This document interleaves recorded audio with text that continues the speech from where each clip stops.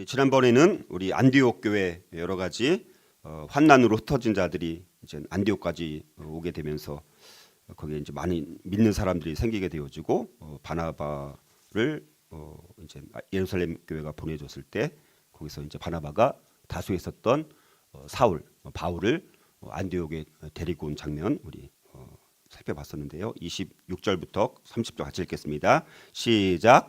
만남에 안디옥에 데리고 와서 둘이 교회 1년간 모여 있어 큰 무리를 가르쳤고 제자들이 안디옥에서 비로소 그리스도인이라 일컬음을 받게 되었더라. 그때 선지자들이 예루살렘에서 안디옥에 이르니 그 중에 아가보라 하는 한 사람이 일어나 성령으로 말하되 천하에 큰 흉년이 들리라 하더니 글라우디오 때에 그렇게 되니라. 제자들이 각각 그 힘대로 유대에 사는 형제들에게 부조를 보내기로 작정하고 이를 실행하여 바나바와 사울의 손으로 장로들에게 보내니라. 아멘. 자, 우리 안디옥 교회에서 처음으로 이제 교회 안에서 부른 이름이 아닌 안디옥에 있는 불신자 세상 사람들이 안디옥에 있는 성도들을 보면서 와, 저 사람들은 그 속에 그리스도가 있구나. 그래서 그리스도인이라고 부르는 이런 결과가 나온 거예요. 그 결과죠. 그래서 그런 결과와 결과 후에 어떤 일들이 계속 있어야지 그리스도인이라 일컬음을 받는 삶이 되는지를 우리가 묵상하는데 지난번 세 가지 살펴봤었는데 첫 번째가 쓰임받기에 합당한 준비된 삶이 있어야 된다는 걸 살펴봤었습니다. 그래서 바울도 그렇고 바나바도 그렇고 둘 다 오랜 시간 동안 철저하게 하나님 앞에 쓰임받기에 합당한 사람들로 준비되는 긴 연단의 시간이 있었다. 그렇죠? 훈련받는 시간이 있었기 때문에 바나바와 사울이 갑자기 위대한 인물로 쓰임받은 것이 아니라 그 아주 오랫동안 여러 가지 모델을 보고 또 주님과의 깊은 만남도 가지고 또 사도들이 행하는 모습들을 또 계속해서 가르침도 받고 여러 이런 과정들을 통해서 이 바나바와 바울 두 사람이 정말 위대한 하나님의 사역자로 쓰임받기에 합당한 그런 준비된 삶이 있었다는 걸 살펴봤었고 두 번째는 특별히 우리 바나바를 집중적으로 살펴보면서 인격도 참 뛰어났을 뿐만 아니라 신앙도 너무나 정말 본이 되는 그런 인물이었던 것을 살펴봤었습니다. 그리고 이제 바나바가 이제 그 사울이라는 사람 바울을 옛날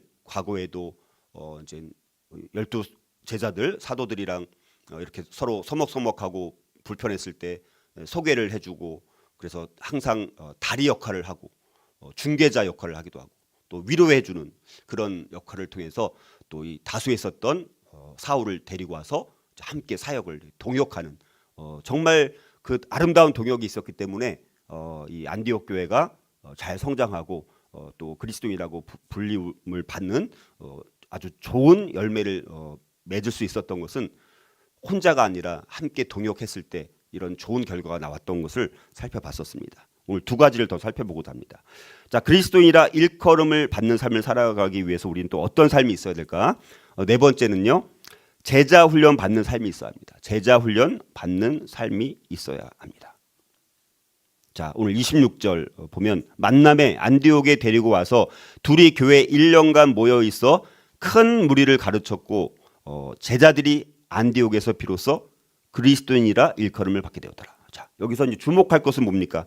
안디옥 교회 성도들은 특별히 바나바와 바울이라는 이 준비된 이 동역의 두 지도자의 가르침을 이제 본격적으로 1년간 받게 됩니다. 그렇죠?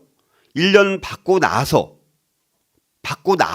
주변 사람들한테 저 사람들은 그리스도인이라 이렇게 불림을 받았다는 것입니다.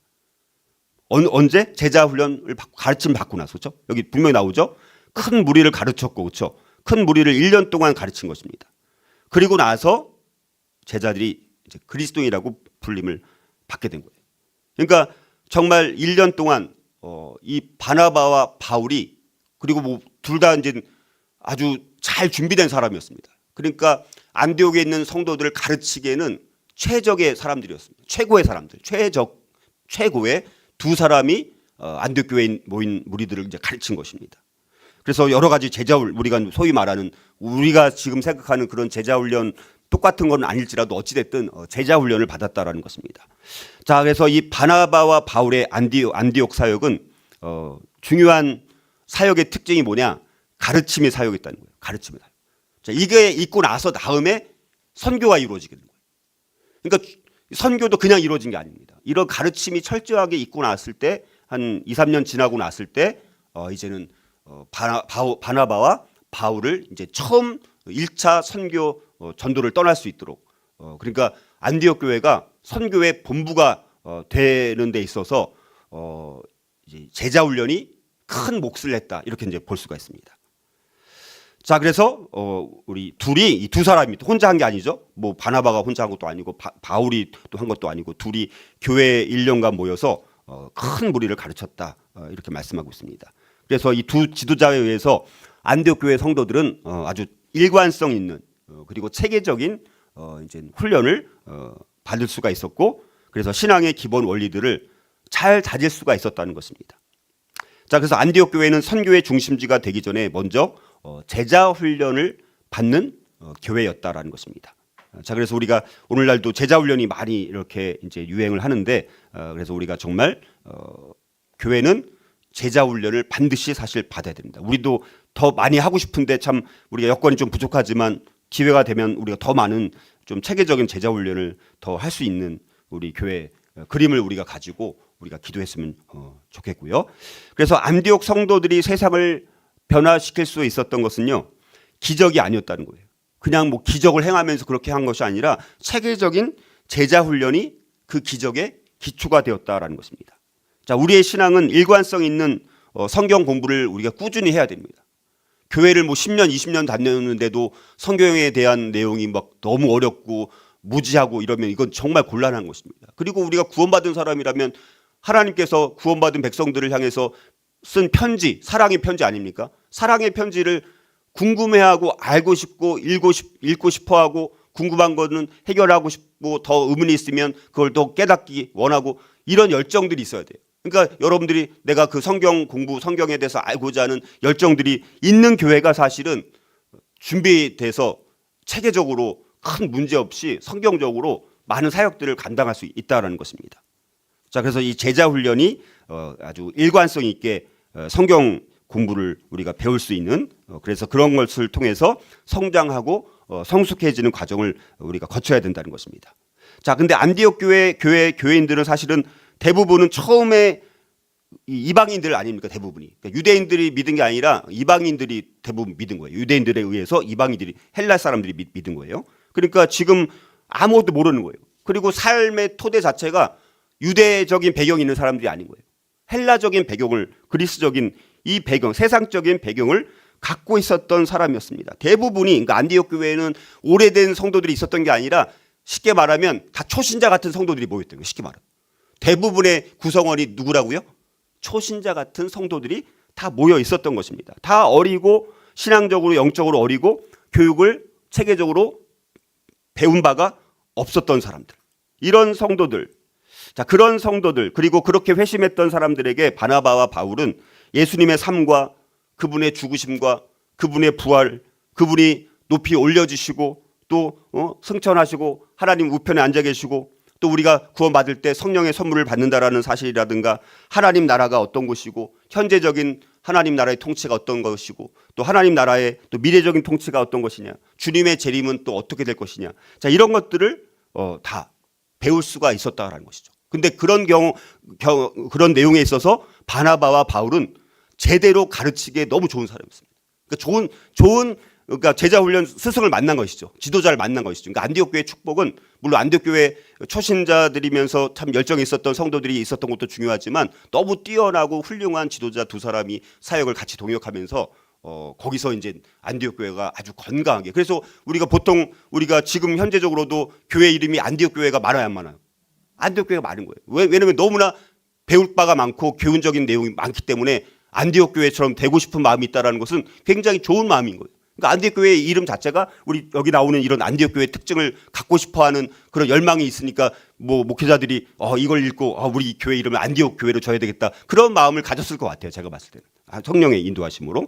그래서 이런 체계적인 말씀들을 아주 훌륭한 탁월한 지도자에 의해서 그리스도가 어떤 분이고 또 우리가 그리스도인의 삶이 어떤 것인지 이런 거를 아주 잘 체계적으로 우리가 받게 되었고 그랬을 때 1년 그렇게 체계적으로 훈련을 꾸준히 받고 나니까 비로소 안디옥에서 그리스도인이라 일컬음을 받는 이런 엄청난 역사가 있게 되었고 그래서 그런데 그 그리스도 중심적인 가르침을 받다 보니까 이 안디옥 교회 성도들이 초신자들로 구성이 되었지만 이들이 근데 오히려 배운 게 없는 게 나을지도 몰라요.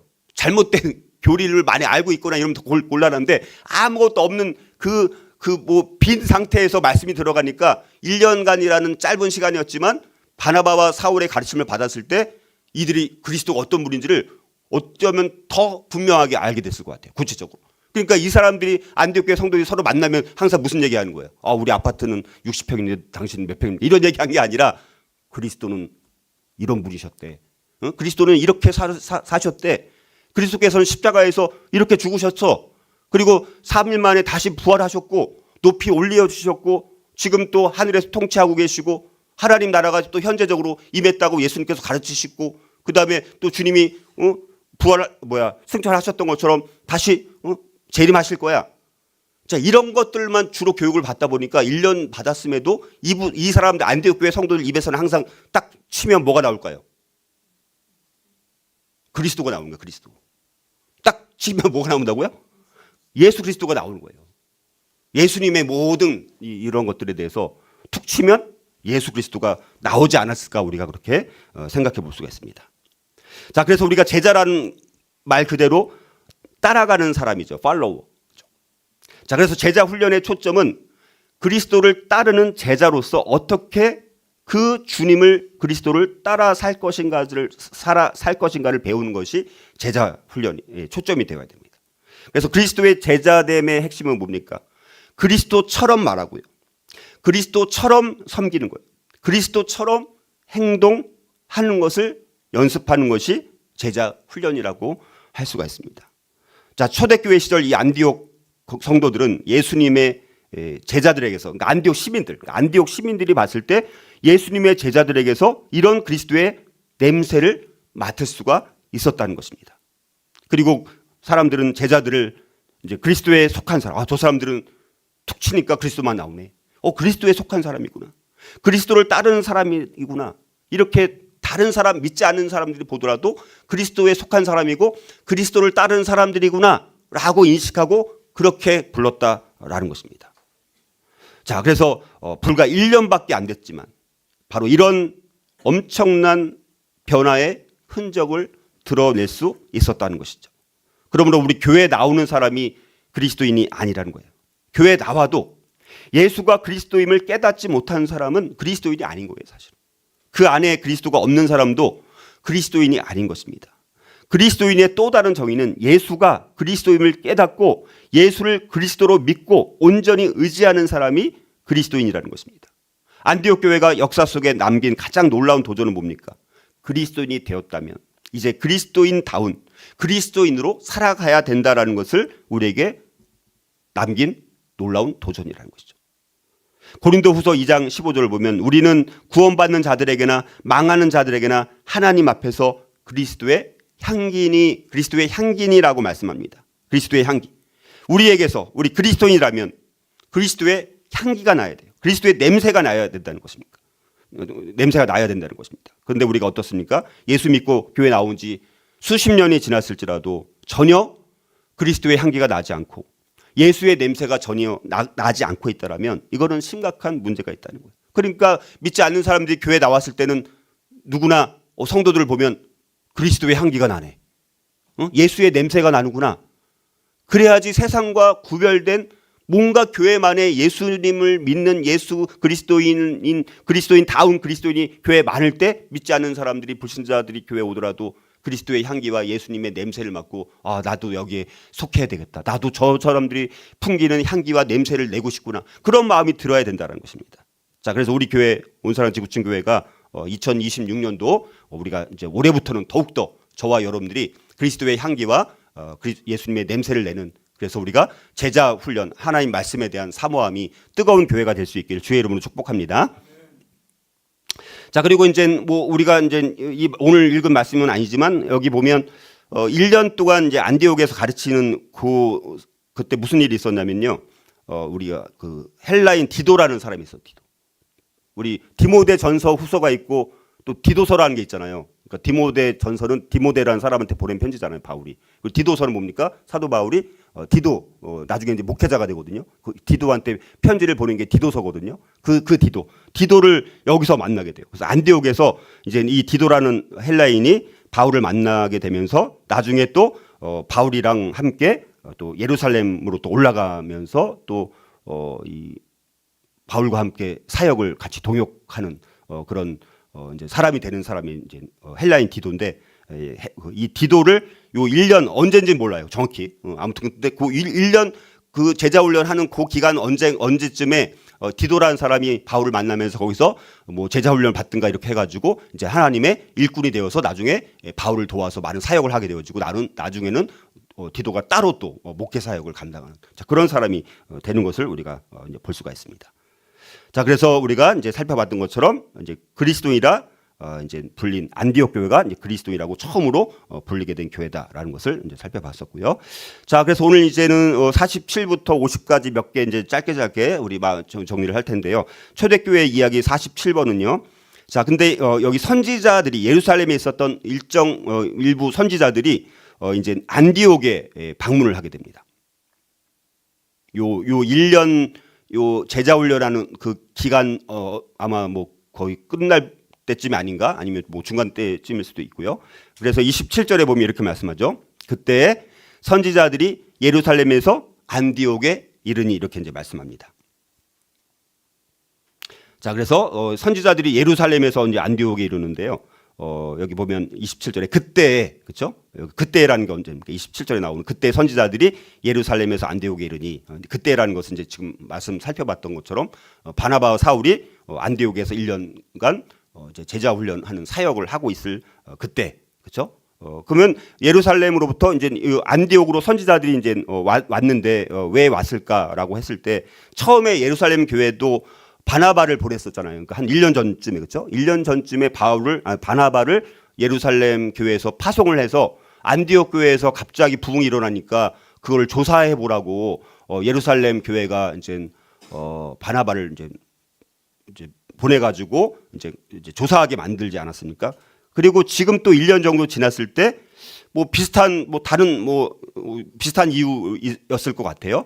선지자를 이제 보내가지고 이제 이 안디옥 교회가 굉장히 또 바나바를 파송하고 1년이 지났는데 뭐 1년이 안 됐을 수도 있고 굉장히 아주 흥황하고 굉장히 부흥했다라는 또 소식이 이제 들려졌겠죠. 그래서 이제 기쁜 마음으로 또 그곳에 또 어떤 일이 있는지 아니면 뭐 더 용기를 북돋아주고 아니면 가서 좀 이 바나바 또 바울이라는 사람이 또 같이 하고 있는데 당신들도 가서 좀 필요한 거 있으면 도와주고 또 거기 어떤 일이 있는지 한번 보고 오세요. 뭐 이렇게 이제 해서 아마 가지 않았을까.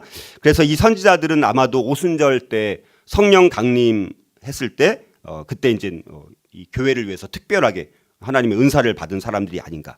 그래서 하나님 성령의 감동을 받아가지고 여러 가지 하나님 말씀을 대언하기도 하고 또 뭐 일시적인 것도 대언할 수도 있고 아니면 영구적인 것도 대언했을 수도 있고 또 교훈적인 내용을 또 선지자로서 가르치는 것일 수도 있고 일부 예언적인 내용을 또 전했을 수도 있고 뭐 그거는 정확히 어떤 건지 모르겠지만 여러 가지 이런 선지자로서 할 수 있는 일들을 하지 않았을까. 그리고 이제 성령을 통해서 또 안디옥 교회에 덕을 세우고 서로 또 권면하고 또 위로해주는 이런 역할들을 해서 이제 안디옥 교회에 더 또 힘이 되는 그런 역할들을 하지 않았을까. 근데 그 중에 한 사람의 아가보라는 또 한 선지자가 있었다라는 것입니다. 그래서 그 선지자가 특별히 예언의 은사를 받은 선지자 같은데 이제 흉년에 대한 예언을 하게 되어지죠. 자, 그래서 이제 초대교회 이야기 48번은 뭐냐? 아가보 선지자가 천하에 큰 흉년이 들리라라는 이제 예언을 하게 되는 거예요. 흉년이 있을 것이다. 그래서 28절 보면 28절 한번 같이 읽어볼까요? 28절. 자, 같이 읽어보겠습니다. 시작. 그 중에 아가보라 하는 한 사람이 일어나 성령으로 말하되 천하에 큰 흉년이 들리라 하더니 글라우디오 때 그렇게 되니라 이렇게 말씀합니다. 자, 그래서 이 아가보라는 선지자가 천하의 큰 흉년이 들리라라는 예언을 이제 하게 되어지는데, 이 아가보라는 사람, 이 사람은 굉장히 사랑이 많은 사람이었던 것 같아요. 별명이 이제 뭐 그의 사랑이라는 그런 뜻인데, 이 아가보라는 선지자도 앞에서 말씀드렸던 예루살렘으로부터 보냄을 받은 여러 선지자들 가운데 한 사람이었다는 것입니다. 근데 이 아가보라는 선지자는 특별히 하나님의 인도하심을 받으면서 성령의 감화를 받을 때 어떤 미래의 일을 예언하는 이런 특별한 은사를 받았던 것 같아요. 그래서 근데 그 예언을 할 때 어떤 외적 표시를 수반해서 하는 특별한 예언을 하는 은사를 받은 것 같아요. 그래서 사도행전 20장, 21장, 사도행전 21장 뒤에 가면요, 거기 10절, 11절에 보면 거기서 사도 바울이 결박받는 것에 대해서 또 어떤 사람이 예언을 하거든요. 그 사람이 아가보라는 선지자였습니다. 지금 여기 나온 아가보. 근데 사도행전 21장에 보면 또 한 번 그 아가보가 이런 예언을 또 하게 됩니다. 그때는 이젠 바울의 띠로, 말로만 그냥 예언한 것이 아니라 바울의 띠로 자기 자신의 수족을 잡아내는 모습을 가지고 시각적으로 보여주는 예언을 그때 했었습니다. 지금도 아마 예언하면서 어떤 흉년이 일어날 것에 대한 사람들한테 좀 그림처럼 좀 알 수 있도록 어떤 시각적인 표시를 갖고 있는 동반된 예언을 했을 가능성이 많다, 이렇게 우리가 보는 것입니다. 자, 그런데 이제 여기 보면 천하의 큰 흉년이 들리라라고 말씀합니다. 천하라는 것은 굉장히 광범위한 지역이라고 이제 볼 수가 있는데, 근데 우리가 여기 지금 이 안디옥이라는 곳은 수리아라는 지역입니다. 시리아. 그 수리아 안디옥에서 근데 뒤에 보면 그 예루살렘으로 이제 헌금을 모아가지고 보내거든요. 바나바 바울 편으로. 근데 이제 그렇다는 것은 예루살렘에는 흉년이 들었는데 수리아 안디옥에서는 큰 흉년이 임하지 않았을 것이라고 보는 것이죠. 왜냐하면 똑같이 흉년이 다 들었으면 안디옥에서 헌금을 모아서 보내기가 힘들었을 텐데, 그래서 여기 이제 천하라는 말은 있지만 아마도 주로 이 팔레스틴, 예루살렘이나 이쪽 가이사랴고 이제 이 남쪽 유대 지역, 자 그쪽 지역을 중심으로 아마 이 기근이 있었을 것이다, 이렇게 보고, 나중에 역사가들 일부의 기록을 보면 팔레스틴에 이런 기근이 큰 흉년이 임했다라는 기록이 남아 있습니다. 조금 이따가 말씀드릴게요. 그래가지고 이제 이 아가보의 예언을 통해서 큰 흉년이 곧 있게 될 것이다라는 이제 예언을 하게 된 거예요. 그리고 그거를 사도행전 11장 28절 뒤에 보니까 언제 이게 성취됐다라고 말씀하는 거예요? 글라우디오 때 그렇게 됐다. 이 아가보의 흉년이 들 거라는 예언이 글라우디오 황제 때 이제 성취됐다라는 것을 말씀을 하는 것입니다. 자, 그래서 이제 초대교회 이야기 49번을 우리가 살펴보면 글라우디오 때, 근데 정확히 몇 년도인지 모르겠지만 44년이나 45년 언저리가 아닌가, 이렇게 우리가 보통 봅니다. 그래서 이 클라우디우스 황제라고 제가 한번 지지난주가 한번 쭉 설명드렸었잖아요. 그렇죠? 왜냐하면 로마 황제를 알고 그다음에 이 분봉 왕들 아니면 총독 이런 사람들이 누군지를 알아야지 이 배경을 알 수 있어서 제가 2주 전인가 한번 설명드린 적이 있습니다. 그래서 이 글라우디 때 바로 그런 흉년이 일어났다라고 볼 수 있습니다. 그래서 우리가 지난번 살펴봤던 것처럼 로마 제국의 네 번째 황제가 이 클라우디우스 황제입니다. 근데 우리 성경에는 글라우디오 이렇게 되어 있는데, 이 사람이 실제 이제 역사적 인물인 거예요. 이게 뭐 그냥 꾸며낸 이야기가 아니라 정말 그 당시 로마 제국의 네 번째 황제가 이 클라우디우스 황제였다라는 것입니다. 이 사람이 41년부터 54년까지 그래도 비교적 길게 통치를 했던 사람인 것이죠.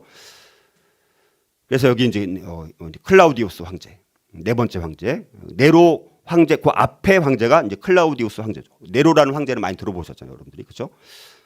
그래서 아까 이제 말씀드렸던 것처럼 이 클라우디우스 황제 때 이제 여기 큰 흉년이 실제 들었다라는 기록이 남겨져 있는데, 당시 유명한 역사가들 중에 한 사람이 누구냐면 타키투스라는 역사가가 있고요. 또 수에토리우스라는 두 유명한 역사가가 있는데, 이 사람들이 지금 말씀하는 요 언저리 45년 언저리쯤에 이 로마 제국 곳곳에서 기근이 심각하게 일어났다, 이렇게 기록으로 남긴 게 있습니다.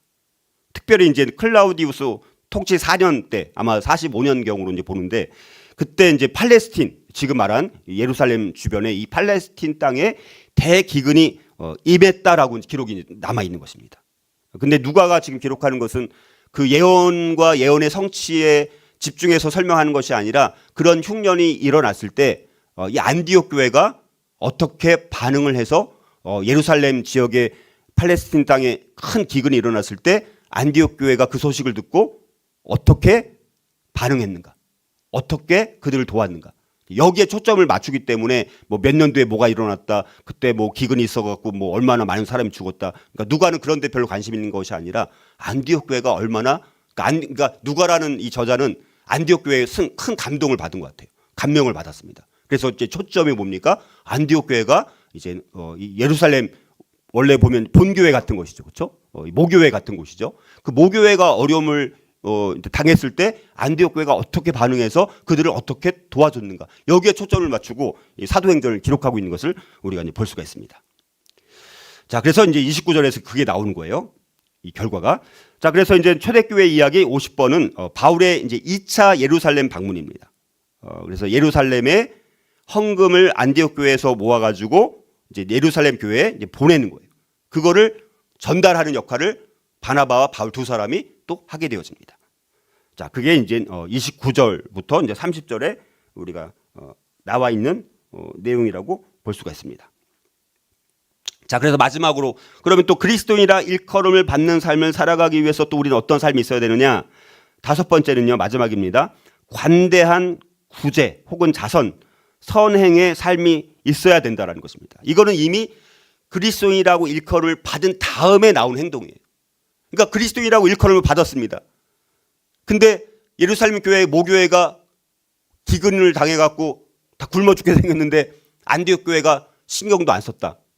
그러면 사람들이 그리스도인이라고 불렀던 안디옥 교회 당신들 내가 그리스도인이라고 불렀는데 그리스도인 별명 취소, 이렇게 됐을 거잖아요. 근데 그 이후에도 어찌됐든 그리스도인이라고 이제 불리어진 것을 볼 때 이제 이 안디옥 교회가 이제 아주 관대한 구제와 자선과 선행을 함으로 인해서 그리스도인이라고 일컬음을 받을지라도 그 이후에도 우리가 어떤 삶을 살아야 되는지 보여주는 내용이 요 29절, 30절이라고 볼 수 있습니다. 그래서 이제 우리가 살펴봤던 것처럼 27절부터 시작된 30절까지 이 아가보라는 선지자의 천하의 흉년이 들 거라는 그 예언을 통해서 기근이라는 큰 위험이 이제 닥쳤을 때, 그러나 오히려 그것을 계기로 제자들이 유대에 사는 형제들에게 부조를 헌금을 보내기로 작정하고 실행하는 오히려 이제 아이러니 같은 역설적인 결과가 나오게 되는 것을 보게 됩니다. 그래서 누가의 관심은 아가보의 예언이 성취된 것에 중점을 맞추는 것이 아니라, 물론 그것도 중요하지만 안디옥 교회가 얼마나 관대하고 또 후한 반응을 가지고 그들에게 부조를 보내고 헌금을 보내는지, 자, 그런 모습들을 보게 되어지고, 그래서 29절에 제자들이 각각 그 힘대로 유대에 사는 형제들에게, 그러니까 형제라고 부르는 거죠. 유대에 있는 그 예루살렘에 주로 모였던 유대인 주로 공동체죠. 거기는 그들에게 이제 형제들이라고 말하면서 부조를 보내기로 작정을 했다, 이렇게 이제 말씀을 하는 것입니다. 그러니까 예루살렘 교회로부터 안디옥 교회는 처음에 지도자가 없었을 때 예루살렘 교회로부터 누구를 선물로 받은 거예요, 사실. 바나바라는 위대한 지도자를 선물로 받았잖아요. 그렇죠?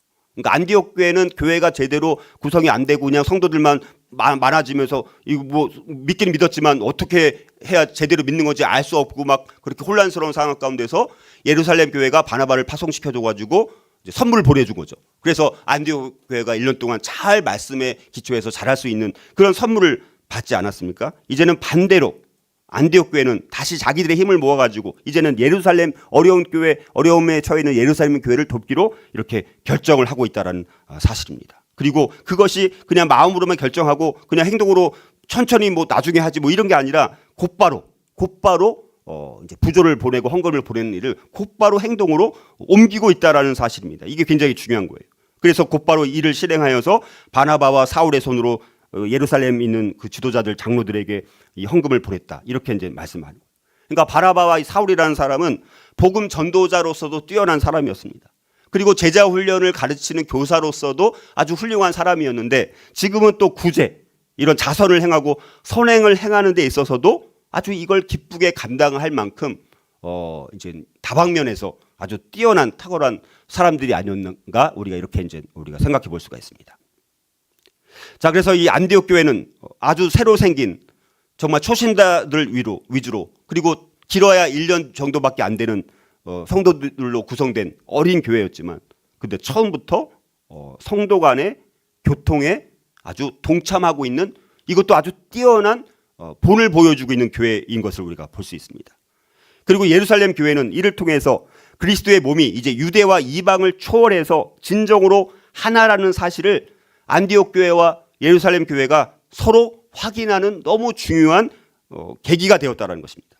한 몸의 지체들은 그래서 때로는 부족해서 공급을 받아야 되는 사람들입니다. 내가 부족하다라고 나쁜 게 아닌 거예요. 부족해서 공급을 오히려 받아야 돼요. 근데 우리가 또 풍성해질 때는 이걸 또 흘려보내서 또 베풀어야 되는 거예요. 이래서 우리가 부족하든 우리가 풍성하든 다 그거는 어떤 계기가 될 수 있는 것입니까? 은혜의 기회가 되는 거예요. 아, 서로 한 몸 된 공동체구나. 내가 부족할 때 풍성한 교회, 풍성한 사람들로부터 도움을 받는 것도 그 사람에게도 은혜가 되는 것이고 나에게도 은혜가 돼요. 내가 또 풍성했을 때는 누군가 어려움이 있을 때 내가 그걸 도와줄 때 은혜를 경험할 수 있는 기회가 되는 거예요. 그러니까 내가 부족하거나 내가 부족하든 내가 풍성하든 어떤 상황이든 그 모든 상황은 다 은혜의 기회가 될 수 있다는 거예요. 그것이 한 몸 된 교회 안에서 우리가 가능한 역설적인 복음의 영적 중요한 원리가 바로 내가 부족하든 내가 풍성하든 서로 한 몸이라는 공동체라는 것을 확인할 수 있는 하나 된 주님의 몸 된 공동체라는 것을 확인할 수 있는 은혜의 계기가 될 수 있다는 사실들을 아는 사람들이 진짜 그리스도인인 것 같아요. 어떤 면에서 봤을 때. 그래서 안디옥 교회 성도들은 다른 사람들의 필요에 너무나 관심을 가지고요. 그래서 이 예루살렘 그 모교회 같은 예루살렘 교회가 어려움을 거쳤을 때 그냥 억지로 또 도와준 것도 아닙니다.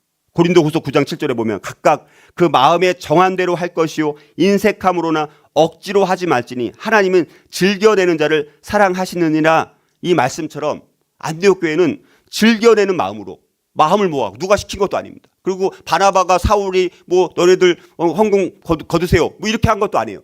먼저 안디옥 교회 초신자들 중심으로 된 그 교회 성도들이 돈을 헌금을 모아가지고 바나바와 사울한테 주면서 당신들이 가서 예루살렘 교회를 지원해 주십시오. 이렇게 하고 있는 이게 얼마나 정말 안디옥 교회 이런 걸 보면 너무너무 멋진 교회죠. 그렇죠?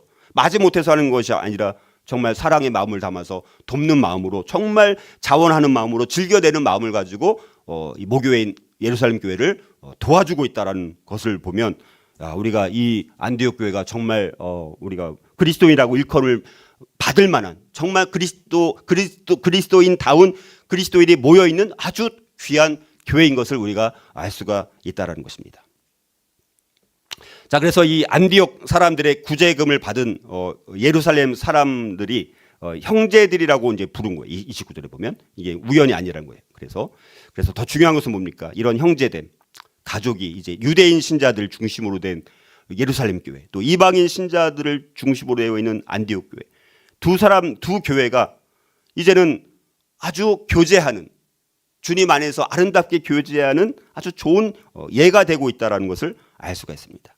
1년 전에는 예루살렘 교회가 바나바를 안디옥에 보냈는데 이제 안디옥 교회가 바나바를 사울과 함께 다시 예루살렘으로 보내고 있는 참 이 아름다운 모습을 우리가 이제 보게 되면서 이게 굉장히 중요한 것은 뭡니까? 이방인 교회와 유대인들 이 교회가 지금 하나 되고 있는 아주 너무나 멋진 이제 상징이 될 만한 그런 사건인 것을 우리가 알 수가 있습니다. 그래서 우리가 그리스도인이라고 일컬음을 받고 나서도 계속해서 우리가 그리스도인이라고 일컬음을 받기 위해서는 이런 관대한 구제와 자선과 선행을 통해서 어려움에 처해 있는 우리 형제들, 우리 지체들을 이렇게 돕는 그리고 자원하는 마음으로 또 즐겨내는 마음으로 우리가 도울 때 그런 교회가 정말 이렇게 안디옥 교회처럼 계속해서 그리스도인이라고 일컬음을 받는 교회로서 하나님 앞에 칭찬받는 교회가 되지 않을까를 우리가 이제 묵상해 볼 수가 있었고요. 자, 그래서 오늘 5가지 오늘 해서 지난주 세 가지 오늘 2가지 해가지고 이 5가지 참 우리가 이 안디옥 교회의 어떤 본이 되는 특징들을 살펴본 것 같아요. 그렇죠? 우리가 이 5가지 특징이 있을 때 안디옥 교회처럼 우리가 선교에 나중에 정말 탁월한 본부가 될 수 있었던 교회가 됐을 뿐만 아니라 굉장히 열린 교회, 또 돕는 교회, 또 짧은 시간이지만 이렇게 신앙에 잘 너무 모범적으로 성장한 그런 교회의 모습을 보여주지 않나. 그래서 우리가 교회 나온다고 해서 우리가 이제 다 그리스도인이 아니다라는 것을 돌아보고 우리 안에 그리스도가 있어야지 그리스도인인 거예요. 내 안에 그리스도가 없다면 툭 치면 만나면 예수 그리스도가 나와야 되는데 만나면 전혀 예수 그리스도를 한 번도 얘기하지 않는 성도라면 정말 우리 자신을 돌아봐야 되는 거예요. 제가 늘 말씀드린 것처럼 우리 교회 성도들 마찬가지예요. 목장교회 모임을 하든가 우리 성도들끼리 모여서 얘기를 하더라도 늘 무슨 얘기가 나와야 되는 거예요. 우리 입에서 항상 그리스도가 나와야 되는 거예요. 예수 그리스도가 나와야 돼요. 근데 우리가 점점 현대 교회에는 예수 그리스도에 대한 대화 교제 중심이 별로 없습니다. 그리스도 중심적인 우리 교제 내용도 그리스도 중심적인 교회가 돼야 돼요. 그리고 교회 전체가 다 그리스도 중심적인 교회가 될 때 이 마지막 때에 현대 교회가 더 정말 하나님 앞에 우리가 쓰임 받는 교회가 되려면 그리스도 중심적인 교회. 그거는 우리 모든 성도들이 진짜 그리스도인다운 그리스도인이 다 될 때 그때 정말 그리스도 중심적인 교회가 되어서 주님의 사람들로 주님의 소유된 백성들로 우리 하나님 앞에 귀하게 쓰임 받을 수가 있다라는 것입니다. 저와 여러분들이 우리가 마지막 결론을 마틴 로이드 존스 목사님이 그리스도인이란 어떤 사람인지를 이렇게 정의를 내립니다. 한번 읽고 우리 마무리하도록 하겠습니다. 자, 그리스도인이란 그 삶이 진리에 의해 지배되는 사람, 모든 영역에서 진리의 말씀이 다가와서 그 마음을 움직이고 그 뜻을 행하게 하는 사람, 그 말씀으로 자기를 지키는 사람, 그 사람이 바로 그리스도인입니다. 그는 오직 우리의 복되신 구주 예수 그리스도 안에서만 발견되는 하나님의 진리로 사는 사람입니다. 너무나 탁월하게 그리스도인의 정의를 내린 이런 정의를 다시 한번 돌아보면서 우리 교회 모든 성도님들이 우리 교회 공동체가 안디옥 교회와 같이 우리가 그리스도인이라고 일컬음을 받는 이 5가지 특징을 갖고 있는 교회가 되어서 하나님 앞에 정말 기쁨이 되는 우리 교회 공동체가 될 수 있기를 주님의 이름으로 축복합니다.